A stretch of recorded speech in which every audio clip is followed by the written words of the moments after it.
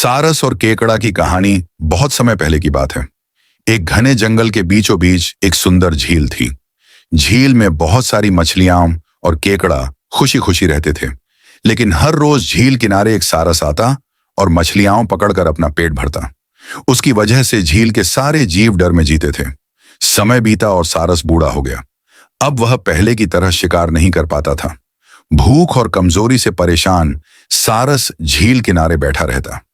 झील के जीव उसकी हालत देखकर खुश थे, क्योंकि अब वह उनका शिकार नहीं करता था। एक दिन केकड़ा उसके पास आया और उसकी चिंता का कारण पूछा। सारस ने गहरी सांस लेते हुए कहा, भाई, कुछ दिन पहले एक ज्योतिषी ने बताया कि यह झील जल्द ही सूख जाएगी। मुझे तुम सबकी चिंता हो रही है। बिना पानी के तुम सब कैसे बचोगे? केकड़े ने यह बात झील की मछलियों को बताई। सभी घबराकर सारस के पास आए और बोले, हमने तुम्हें दुश्मन समझा, लेकिन तुम तो हमारे सच्चे दोस्त हो। हमें बचाने का कोई उपाय बताओ। सारस ने उनकी चिंता का हल बताते हुए कहा, कुछ ही दूर पर एक तालाब है। मैं एक एक करके तुम सबको वहां ले जा सकता हूं। मछलियां उसकी बातों में आ गईं और मान गईं।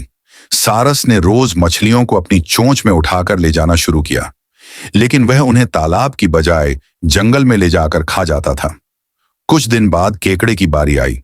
रास्ते में केकड़े ने पूछा, यह तालाब कितनी दूर है? सारस हंसते हुए बोला, कोई तालाब नहीं है। मैं तुम्हें भी खा जाऊंगा, जैसे बाकी मछलियों को खा गया हूं।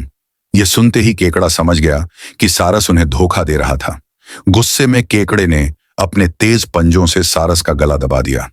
सारस ने तड़प कर दम तोड़ दिया। केकड़ा झील वापस लौट आया और मछलियों को सारा सच बताया। सीख: इस कहानी से हमें यह शिक्षा मिलती है कि हमें हर किसी पर आंख मूंद कर भरोसा नहीं करना चाहिए। किसी की मीठी बातों में आकर सोच समझे बिना निर्णय लेना भारी पड़ सकता है।